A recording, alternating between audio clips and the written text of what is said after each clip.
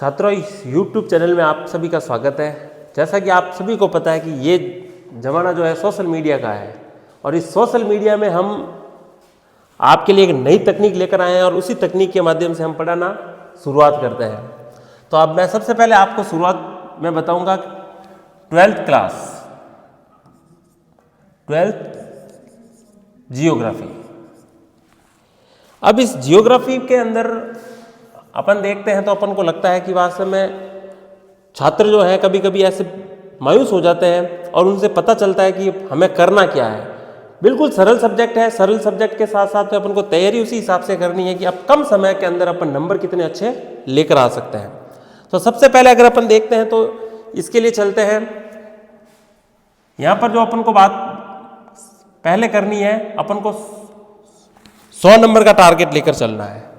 अब 100 नंबर का टारगेट लेकर चलना है तो अपन को उसको थोड़ा डिवाइड करना पड़ेगा। इनको नंबरों के अंदर किस किस प्रकार से बांट सकते हैं। तो अपन को पता है कि अपने पास में 56 नंबर का जो पेपर है वो अपने पास में आएगा। 30 नंबर का अपने पास में प्रैक्टिकल है और 14 नंबर जो जाएंगे वो अपने सत्रांक से जाएंगे।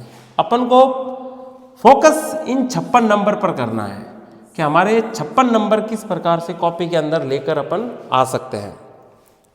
तो शुरुआत करते हैं 56 नंबर की। तो 56 नंबर में अपने जो भाग आएंगे, पहला जो भाग आएगा ऑब्जेक्टिव टाइप के जो क्वेश्चन आएंगे जिसे अपन MCQ क्वेश्चन के नाम से जानेंगे। कुछ अपने आएंगे खाली जगह जिसे अपन रिक्त स्थान के माध्यम से जानेंगे। फिर आएंगे अपने पास में कुछ क्वेश्चंस जो अपने लघु उत्तरात्मक एक लाइन के 1 लाइनर क्वेश्चन आएंगे। फिर जो अपने पास में क्वेश्चन आएंगे कुछ इससे बड़े जिससे अपन 20 से 30 शब्दों में लिखेंगे। इस प्रकार से अपने पास में कुछ जो आएंगे वो आएंगे 56 नंबर के पेपर। अब इन 56 नंबर पर अपन को फोकस करना है और 56 नंबर में लेकर आने के लिए अपन को बहुत मेहनत करने की आवश्यकता नहीं है। बस बशर्ते है कि अपन को थोड़ा बहुत ध्यान देने की आवश्यकता है कि अपन इसको किस प्रकार से और किस माध्यम से ये चीजें लेकर आ सकते हैं। जैसे आपको मैं एक उदाहरण देता हूं, प्राथमिक क्रियाकलाप चैप्टर है अपने जैसे प्राथमिक क्रियाकलाप। अब इस प्राथमिक क्रियाकलाप की अगर अपन बात करें तो प्राथमिक क्रियाकलाप का मतलब क्या होता है, इस चीज को समझेंगे। किसी भी चीज को समझने के लिए अपन उस शब्दों को तोड़ने की कोशिश करेंगे। जैसे अपन को ये पता चल गया प्राथमिक, प्राथमिक का मतलब होता है प्रथम। तो मानव भूगोल के अंदर ये अपने पास में मानव भूगोल, मानव भूगोल के अंदर अपन यहां पर बात करेंगे प्रथम और प्राथमिक। प्रथम फिर आ गया यहां पर क्रियाकलाप। क्रिया का मतलब होता है करना। मनुष्य अपने आजीविका के लिए जो सर्वप्रथम कार्य करता है उसे क्या कहा जाता है, प्राथमिक क्रियाकलाप के नाम से जाना जाता है। मनुष्य ने सर्वप्रथम क्या करना प्रारंभ किया वही कहलाएगा अपने पास में प्राथमिक क्रियाकलाप। तो मनुष्य सबसे पहले कहाँ रहना प्रारंभ किया मनुष्य ने, मनुष्य सबसे पहले रहना प्रारंभ करता है जंगल से। जंगल से जीवन मनुष्य क्या करता है, अपना जीवन आरंभ करता है। मनुष्य अपना जो जीवन है वो जंगलों से आरंभ करता है। तो निश्चित तौर पर उसके आसपास में जो घूमेंगे वो क्या घूमेंगे, जंगल ही घूमेंगे। चाहे उसके लिए खाद्यान्न हो, चाहे उसके लिए वस्त्र हो, चाहे उसके रहने के लिए मकान हो, सारी चीजें जो जरूरत है वो पूरी करेगा अपने जंगलों से। तो जंगलों से पूरी करेगा तो इसी को क्या कहा गया है, प्राथमिक क्रियाकलाप। अब जंगल के अंदर मनुष्य क्या करना, भोजन की प्राप्ति करेगा। भोजन की प्राप्ति कहां से प्राप्त करेगा, जंगलों से प्राप्त करेगा। अपने वस्त्र भी प्राप्त करेगा, कहां से प्राप्त करेगा, जंगलों के। और मकान जो है अपने रहने के लिए जो स्थान भी प्राप्त करेगा वो भी कहां से करेगा, जंगलों से प्राप्त करेगा। अब अपन को यहां पर यह पता करना है कि मनुष्य ने सर्वप्रथम अपना जो जीवन प्रारंभ किया वो जंगलों से प्रारंभ किया। तो इसमें प्राथमिक क्रियाकलाप क्या क्या आएंगे कि मनुष्य ने अपने जीविकोपार्जन के लिए जो क्रियाएं प्रारंभ की है उसे प्राथमिक क्रियाकलाप के नाम से जाना जाता है। अब मनुष्य ने जैसे ही जीवन प्रारंभ किया तो प्राथमिक क्रियाकलाप के माध्यम से उसने क्या क्या करने प्राप्त किए।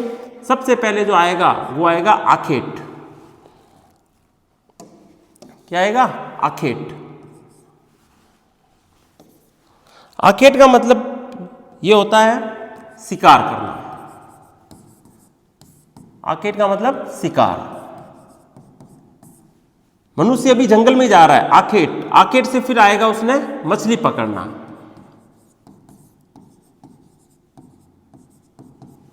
इसके बाद में आखेट करना आ गया, मछली पकड़ना आ गया, उसके बाद में मनुष्य करेगा पशुपालन। कुछ ऐसे पशुओं की वो बात करेगा जिससे वो अपने जीविकोपार्जन के साथ साथ में दूध और फल और मांस प्राप्त कर सकता है। इस प्रकार से कार्य करने के लिए उसने पशुपालन करना प्रारंभ किया। आखेट, मछली पालन, पशुपालन, उसके बाद में उसने प्रारंभ किया कृषि, और अंत में जो आएगा वो आएगा खनन। अब इन तीनों चीजों को समझते हैं, और ये जो चीजें हैं ये सारी की सारी जो है ये सारी किस पर निर्भर कर रही है? प्रकृति पर निर्भर कर रही है। ये तीनों चीजें प्रकृति पर निर्भर कर रही है। डायरेक्ट जो कार्य कर रहा है वो इसको कहां से प्राप्त हो रहा है? जंगलों से प्राप्त हो रहा है। मनुष्य अपने जीविकोपार्जन के लिए सर्वप्रथम जो कार्य करेगा उसी को प्राथमिक क्रियाकलाप के नाम से जाना जाएगा। उसमें क्या क्या आएगा? आखेट, शिकार करना, मछली पकड़ना, पशुपालन, कृषि, और फिर जो आएगा वो आएगा खनन। अब इसमें सबसे पहले देखते हैं कि आखेट, मनुष्य इस समय तक जो जीवन यापन कर रहा था वो सिर्फ जीवन यापन कर रहा था खानाबदोश।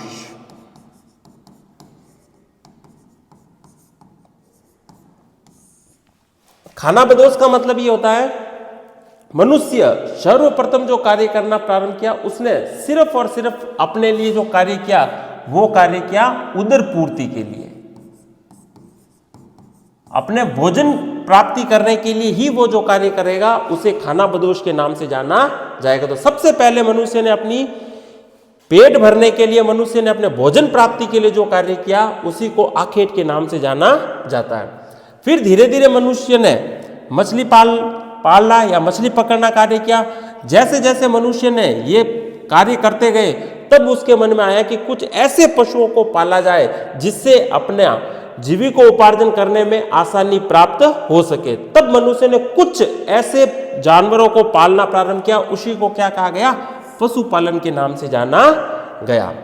आगे अपन देखेंगे पशुपालन के कुछ आधुनिक तरीके की भी आ गए हैं, जिनमें अपन वाणिज्यिक पशुपालन को भी पढ़ेंगे, आगे इनके बड़े बड़े फार्म के बारे में भी पढ़ेंगे। पर अभी जो बात कर रहे हैं अपन प्राथमिक क्रियाकलाप की बात कर रहे हैं। प्राथमिक क्रियाकलाप में भी सर्वप्रथम मनुष्य ने क्या क्या चीजें करनी प्रारंभ की उस बात की अपन बात कर रहे हैं। तो आखेट करना हो गया, मछली पकड़ना हो गया, पशुपालन हो गया, पशुओं की कुछ ऐसी जातियां मनुष्य ने पालना प्रारंभ कर दी जिस कारण से उसका जीविकोपार्जन जो है वो आसानी से चल सके। फिर आया मनुष्य कृषि कार्य पर। अब मनुष्य जो है कृषि कार्य पर उतरने लगा। अब मनुष्य ने कहा कि सारी चीजें प्रकृति पर निर्भर करती है और ये चीजें कभी उसको मिल सकती है या नहीं भी मिल सकती है। तब मनुष्य ने कृषि करना प्रारंभ किया, और जैसे ही मनुष्य कृषि करना प्रारंभ करता है इसका मतलब ये हो जाता है मनुष्य ने अब अपना जो बंदोबस्त है वो स्थायी बना लिया। क्या बना लिया? स्थायी बना लिया। अब मनुष्य एक ही जगह पर रहना प्रारंभ करता है, और जैसे ही मनुष्य एक ही जगह पर रहना प्रारंभ करता है इसका मतलब मनुष्य ने क्या चीजें करनी प्रारंभ कर दी? कृषि कार्य को करना प्रारंभ कर दिया। अब कृषि कार्य के लिए क्या करना प्रारंभ कर दिया कि जैसे कृषि कार्य हो गया, अब उस कृषि कार्य में मनुष्य एक जगह पर स्थायी रूप से रहना प्रारंभ कर देता है, और जैसे स्थायी रूप से प्रारंभ कर देता है रहना तो उसके साथ साथ में उसके लिए उसको अपने स्थायी मकान की आवश्यकता हो जाती है, और वो मकान भी बनाना प्रारंभ कर देता है। कृषि कार्य, अब कृषि कार्य के साथ में स्थायित्व किस प्रकार से जुड़ा हुआ है इस चीज को अपन समझेंगे। अपन को पता है कि जो कृषि कार्य होता है वो 1 या 2 दिन में कृषि पकती नहीं है, 1 या 2 दिन में फसल कटती नहीं है और नई फसल आ जाती है। इन फसल के लिए लंबा समय का इंतजार करना पड़ता है, लगभग महीने भर का, 2 महीने का, 3 महीने का। जैसे जैसे मनुष्य स्थायी रूप से रहना प्रारंभ करता है वैसे वैसे उसकी ज़रूरतें भी बढ़ने लग जाती है, और जैसे जैसे ज़रूरतें बढ़ने लग जाती है वैसे वैसे मनुष्य अपने कार्य के और भी क्रियाकलाप उनके साथ में जुड़ता चला जाता है। तो जैसे ही मनुष्य ने कृषि कार्य करना प्रारंभ कर दिया वैसे ही मनुष्य एक स्थान पर लंबे समय रहने का आदी बन जाता है, और इसी से आधुनिक कृषि की शुरुआत होती है। अब जैसे आधुनिक कृषि की शुरुआत होती है तो इसमें दो प्रकार की कृषि की जाती है। एक तो जीवन निर्वहन कृषि, जीवन निर्वहन कृषि। अब इस चीज को अपन समझते हैं, जीवन निर्वहन कृषि से क्या तात्पर्य है। बिल्कुल शब्द सिंपल है, अपन को किसी भी चीज को टर्म को समझने के लिए शब्दों पर जाने की जरूरत होती है। और सबसे पहला आता है जीवन निर्वहन कृषि। जीवन का मतलब होता है मनुष्य को जीवन जीने का, मनुष्य को जीवन जीने की कला। अब जीवन जीने के लिए वह किस चीज पर निर्भर करता है उसी को निर्वहन कहा जाता है। और सबसे पहला जो आता है जीवन निर्वहन कृषि, तो मनुष्य ने सर्वप्रथम ऐसी फसलें उगाई जो उसको किस में काम आए, खाद्यान्न के रूप में काम आए। सिर्फ इस समय जो मनुष्य फसल उगा रहा है वो किसके उगा रहा है, अपनी केवल और केवल भूख को शांत करने के लिए। अभी जो मनुष्य फसल उगा रहा है वो किसको ध्यान में रख रहा है, केवल मात्र भूख को शांत करने के लिए, अपनी उदर की पूर्ति करने के लिए मानव जो है वो फसलें उगा रहा है। इसी को जीवन निर्वहन कृषि के नाम से जाना जाता है। अब इसके दो भाग कर दिए जाते हैं जीवन निर्वहन कृषि के। अगर अपन बात करना है तो जीवन निर्वहन कृषि के कुछ भाग यहाँ पर दे दिए जाते हैं कि जीवन निर्वहन कृषि किसे कहा जाता है, जीवन निर्वहन कृषि क्या है। जीवन निर्वहन कृषि के बारे में अगर अपन बात करें तो जीवन निर्वहन कृषि क्या है, तो जीवन निर्वहन कृषि को अगर अपन देखते हैं तो जीवन निर्वहन कृषि के बारे में अपन बात करते हैं तो जीवन निर्वहन कृषि किस प्रकार से कार्य करती है।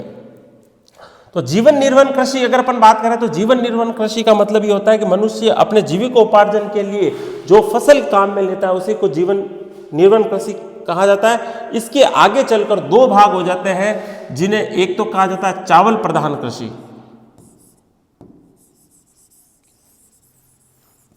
जीवन निर्वहन कृषि के बाद में मनुष्य ने जैसे जैसे अपना जीवन आगे बढ़ाया उसी हिसाब से उसने कार्य करने प्रारंभ कर दिया। तो उसने सबसे पहले दो प्रकार की फसलें उगाना प्रारंभ किया जिसे जीवन निर्वहन कृषि के नाम से जाना जाता है। अब जीवन निर्वहन कृषि जैसे ही उसने उगाई तो उसके लिए खाद्यान्न फसलों का उत्पादन करना प्रारंभ कर दिया जिसे एक तो कहा गया चावल प्रधान।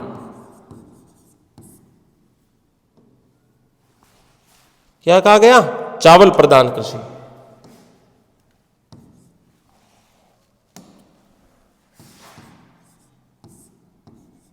चावल प्रधान कृषि। दूसरी जो थी वो थी गेहूं प्रधान कृषि। गेहूं प्रधान कृषि। अब इसको सब सर्वप्रथम अपन बात करते हैं तो चावल प्रधान कृषि नाम से मालूम चल रहा है इसके अंदर जो मुख्य फसल होगी वो कौन सी होगी, चावल।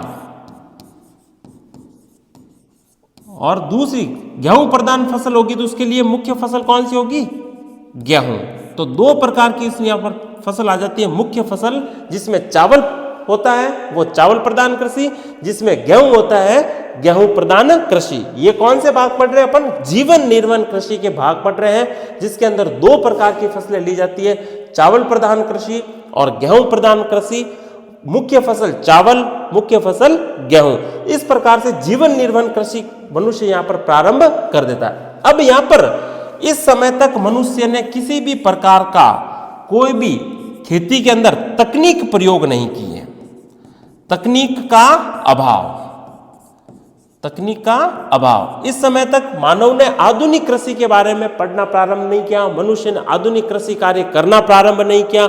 मनुष्य आधुनिक कृषि के लिए कोई कार्य नहीं करता, केवल और केवल उसका मुख्य उद्देश्य ये होता है मुझे किसी भी तरीके से अपने उदर की प्राप्ति करना, मुझे अपनी भूख को शांत करना, मुझे सिर्फ और सिर्फ अपनी भूख जो है उसे शांत करते हुए अपने जीवन को, जीविकोपार्जन को आगे बढ़ाना, यही उसका मुख्य उद्देश्य होता है। यहाँ तक मनुष्य किसी भी प्रकार का कोई भी तकनीक का उपयोग न कर कर पुराने तरीके से ही वो अपने आसपास के औजारों से, अपने हाथ से बने हुए औजारों से ही कृषि कार्य करना प्रारंभ करता है। इसकी मुख्य विशेषता। तो क्वेश्चन अगर अपन देखते हैं इस पार्ट में से अगर अपन बात करते हैं तो निश्चित तौर पर 2 या 3 क्वेश्चन तो बोर्ड के अंदर आते ही आते हैं।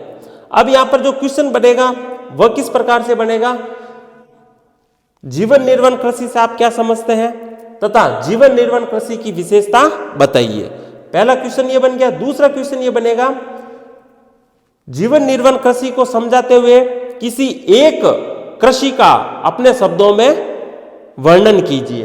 दूसरा क्वेश्चन ये बन गया। तीसरा क्वेश्चन ये बनेगा, मुख्य जीवन निर्वहन कृषि के बारे में समझाते हुए किसी गेहूं प्रधान या चावल प्रधान कृषि के बारे में समझाइए या बताइए। इस प्रकार से क्वेश्चन बनेगा। फिर इसके अंदर क्वेश्चन जो बन सकता है वो आता है कर्तन दहन कृषि। ये कई बार पूछा जाता है बोर्ड के अंदर। बोर्ड का क्वेश्चन ये कई प्रकार से पूछा जाता है और हर समय ये क्वेश्चन आता ही आता है, जिसे कर्तन या कीर्तन दहन भी कहीं ना कहीं लिखा होता है। तो कर्तन दहन कृषि ये क्या होती है, इसके बारे में भी कई बार पूछा जाता है। कर्तन दहन कृषि का मतलब ये दहन कृषि का मतलब ये होता है जंगलों को जलाकर उसकी राख की ढेरी पर जो कृषि की जाती है उसे कर्तन दहन कृषि के नाम से जाना जाता है। मुख्य तौर पर ये आदिवासियों द्वारा की जाती है, जंगलों में रहने वाली जातियों द्वारा की जाती है। अलग अलग जगह पर अलग अलग देशों में इसके अलग अलग नाम है। जैसे श्रीलंका में इसको चेना नाम से बुलाया जाता है। राजस्थान के अंदर भीलों के द्वारा जो की जाती है उसको भी दजला के नाम से बुलाया जाता है। भारत के मलेशिया के अंदर इसको, मैक्सिको के अंदर इसको मिल्पा के नाम से बुलाया जाता है। अलग अलग देशों में इसको अलग अलग नाम से बुलाया जाता है। तो ये जो कृषि की जाती है ये आदिवासियों के द्वारा जंगलों के अंदर जो कृषि होती है उसे कर्तन दहन कृषि के नाम से जाना जाता है, जो जंगलों को जलाकर उसकी राख की ढेरी पर कृषि की जाती है। इसके अंदर जो मुख्य फसल उगाई जाती है वो उगाई जाती है मक्का। आदिवासियों के क्षेत्रों के अंदर जो सबसे ज्यादा मोटे अनाज के रूप में उगाया जाता है वो उगाया जाता है मक्का, और इसका जो मुख्य उद्देश्य होता है वो मक्के की कृषि यहाँ पर की जाती है, जिसे कर्तन दहन कृषि के नाम से जाना जाता है। ये जो कई बार क्वेश्चन बोर्ड के अंदर इसका आया हुआ, कर्तन दहन कृषि से आप क्या समझते हैं, कर्तन दहन कृषि है क्या। तो अपन ने जैसे बताया सीक्वेंस से अगर अपन देखते हैं तो मनुष्य, वापस अपन इसको बात करते हैं। जैसे मनुष्य ने प्राथमिक क्रियाकलाप क्या है, मनुष्य ने सर्वप्रथम अपने जीविकोपार्जन के लिए जो क्रियाएं प्रारंभ की उसे प्राथमिक क्रियाकलाप कहा जाता है। मनुष्य ने प्राथमिक क्रियाकलाप में आता किया है, जिसे रेड कॉलर श्रमिक के नाम से भी जाना जाता है, क्योंकि इसमें हमेशा खतरा बना रहता है, सिक्योरिटी नहीं होती है किसी भी चीज के लिए, उसको लंबे समय तक प्राप्त नहीं किया जा सकता, इसीलिए इसको रेड कॉलर श्रमिक के नाम से जाना जाता है।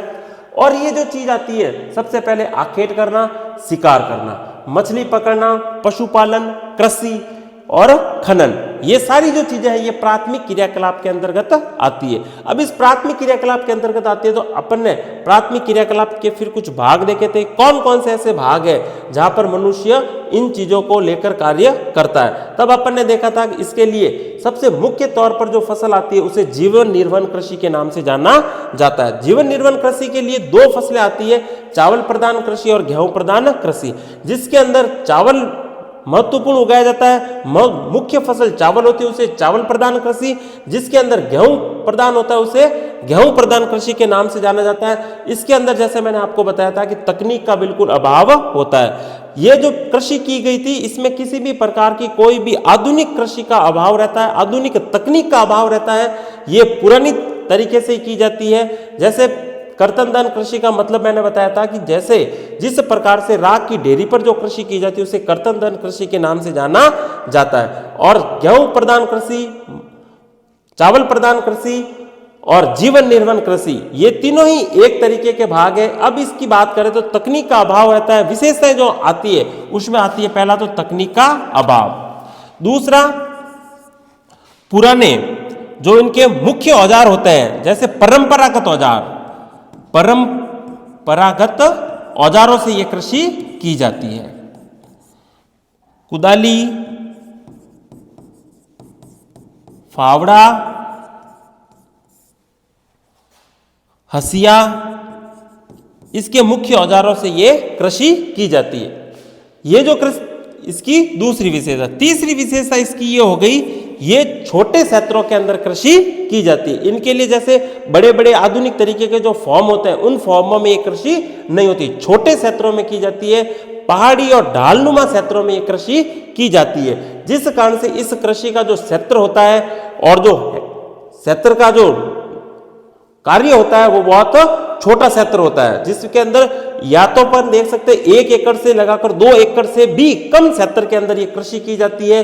कुछ लोगों के द्वारा की जाती है, कुछ परिवार के सदस्यों के द्वारा ये कृषि की जाती है, जिस कारण से ये कृषि बहुत छोटे क्षेत्रों में की जाती है। तो तीसरी विशेषता हो गई, इसका जो भूमि का क्षेत्र होता है, क्षेत्र जो होता है वो कैसा होगा, बिल्कुल छोटा क्षेत्र होगा, क्षेत्र छोटा। तो तीसरी विशेषता इसकी हो गई, क्षेत्र बिल्कुल इसका छोटा होता है। घर के सदस्यों के द्वारा यह कृषि की जाती है, इसके लिए इसका कारण जो होगा वो उत्पादन क्या होगा, कम होगा। क्या होगा, उत्पादन कम। चौथी विशेषता होगी इसका उत्पादन कम। तो जितना उत्पादन होना चाहिए उतना उत्पादन उनमें नहीं होता, क्योंकि इसमें आधुनिक प्रकार की कृषि आधुनिक यंत्र, आधुनिक प्रकार की कृषि न के बराबर होती है। इस कारण से इसका उत्पादन भी क्या होता है, कम होता है। कम होने का कारण क्या, सिर्फ और सिर्फ वो क्या कर रहे हैं, अभी मनुष्य अपनी आजीविका को प्राप्त करने के लिए, मनुष्य अपनी जीविकोपार्जन के साथ साथ में सिर्फ अपना पेट भरने के लिए ये कृषि कर रहे हैं। इसी कारण से इसको क्या कहा जाता है, जीवन निर्वहन कृषि के नाम से जाना जाता है। अब यहां तक आ गया, कृषि क्षेत्र आ गया। जैसे जैसे मनुष्य रहना प्रारंभ करता है तो स्थायित्व रह जाता है, और स्थायित्व के साथ साथ में वो कृषि करना प्रारंभ कर देता है। फिर आता है प्राथमिक क्रियाकलाप में अंतिम जो स्थिति आती है वो आती है खनन। जिन जगहों पर, खनन का मतलब क्या होता है कि जहां पर खनिजों को खोदकर बाहर निकाला जाता है उस क्षेत्र को खनन के नाम से जाना जाता है। जैसे तांबा, लोहा, मैग्नीज, टाइटेनियम, जो पदार्थ जो होते हैं तो उनको जहां से खोदकर बाहर निकाला जाता है, ऐसे पदार्थों को, ऐसे चीजों को खनन के क्षेत्रों के नाम से जाना जाता है। अब ये मुख्य तौर पर किन किन जगहों पर पाए जाते हैं, वहां पर भी जनसंख्या देखने के लिए मिलती है, क्योंकि मनुष्य अपने जीविकोपार्जन के लिए खनन कार्य भी करता है, और खनन कार्य करने के माध्यम से उसके लिए जो कार्य आता है वो अपने जीविकोपार्जन के लिए उपयुक्त बनाता है। तो खनन के अंदर जिन जिन, जैसे जाम्बिया पेटी अफ्रीका के अंदर आई हुई है, कांगो अफ्रीका के अंदर आई हुई है, भारत के अंदर अगर अपन बात करें, भारत जमशेदपुर, तो ये जो चीजें हैं यहाँ पर मनुष्य की जीविका क्या है, मुख्य तौर पर खनन कार्य पर टिकी हुई। जिन जगहों पर खनन कार्य होता है उन्हीं जगहों पर मनुष्य रहना प्रारंभ करता है। तो ये जो चीजें आती है वो आती है खनन क्षेत्रों के अंदर। तो खनन क्षेत्रों के अंदर भी जो सेक्टर काम करता है वो कौन सा कार्य करता है, प्राथमिक क्रियाकलाप। अब यहाँ पर प्राथमिक क्रियाकलाप की कुछ विशेषताएं अपन ने देखी थी, आखेट, मछली पकड़ना, पशुपालन, कृषि और खनन। तो खनन क्षेत्र में भी मनुष्य अपने आप के लिए कार्य करता है, जिसे अपन क्या कह सकते हैं, जीविकोपार्जन के लिए अपना साधन जुटाने का कार्य मनुष्य कर रहा है। अब यहाँ पर ये चीज आ गई। अब जैसे जैसे अपन यहाँ पर बढ़े, फिर इसके लिए मुख्य तौर पर आ गए। अब जैसे जैसे मनुष्य स्थायित्व रहना प्रारंभ करता है, वैसे वैसे मनुष्य धीरे धीरे अपनी आजीविका के उपार्जन के कार्य भी बढ़ाने लगता है। और जैसे जैसे मनुष्य कार्य बढ़ाने लगता है, वैसे वैसे मनुष्य अपने आप को आधुनिक तौर तरीके से गुजारना प्रारंभ करता है, और यहीं से आधुनिक कृषि की शुरुआत होती है। क्योंकि अब मनुष्य क्या कर रहा है, स्थायित्व रहना प्रारंभ कर रहा है, और जैसे ही मनुष्य स्थायित्व रहना प्रारंभ कर रहा है तब उसको मकान की भी आवश्यकता होगी, जमीन की भी आवश्यकता होगी, कुछ ऐसे क्षेत्रों में पशुओं की भी आवश्यकता होगी, और पशुओं के साथ साथ में उसको अपने जीविकोपार्जन के कुछ साधनों की भी आवश्यकता होगी, कपड़े की भी आवश्यकता होती है। अब यहाँ से मनुष्य के आधुनिक तौर तरीके की शुरुआत होती है, और इसी तौर तरीके की शुरुआत होने के कारण मनुष्य अब जो है आधुनिक कार्यकलाप की और आधुनिक तौर तरीके की ओर बढ़ता है। और जैसे आधुनिक तौर तरीके की तरफ बढ़ता है तो उसका सबसे पहला जो आगे अपन पढ़ेंगे, अगले चैप्टर में पढ़ेंगे, वो आएगा अपना द्वितीयक क्रियाकलाप। प्राथमिक क्रियाकलाप और उसके बाद में मनुष्य आ जाएगा द्वितीयक क्रियाकलाप में। द्वितीयक क्रियाकलाप में दोस्तों अगर अपन बात करते हैं, द्वितीयक क्रियाकलाप के लिए जो जमीन तैयार की है वो जमीन तैयार की है कृषि ने। अगर ये कृषि नहीं होती तो अपन सोच सकते हैं कि द्वितीय क्रियाकलाप कतई संभव नहीं होता, तृतीय क्रियाकलाप कतई संभव नहीं होता, चतुर्थ क्रियाकलाप कतई संभव नहीं होता, और पंचम क्रियाकलाप भी कतई संभव नहीं होता। इसीलिए अपन को अगर कोई कह दे कि जियोग्राफी ही सबसे अच्छा सब्जेक्ट है, क्योंकि अपन ने पृथ्वी का निर्माण किया है, और पृथ्वी का निर्माण करने के बाद में ही सारी चाहे भाषाएं आई है, चाहे गणित आई है, चाहे विज्ञान आई है, और ये सारे सब्जेक्ट सबसे पहले किससे जुड़े हुए हैं? भूगोल से जुड़े हुए हैं। इसीलिए अपन इसका कार्य कर रहे हैं कि पृथ्वी को स्थायित्व करने के लिए यहाँ पर सबसे बड़ी जो बात कर रहे हैं वो अपन पृथ्वी के क्रियाकलाप की बात कर रहे हैं, मानव के क्रियाकलाप की बात कर रहे हैं, क्योंकि अपन मानव भूगोल के अंतर्गत इसको पढ़ रहे हैं। तो मानव ने सर्वप्रथम कौन कौन से कार्य करने प्रारंभ किए, उसी को प्राथमिक क्रियाकलाप के नाम से जाना जाता है। ठीक है।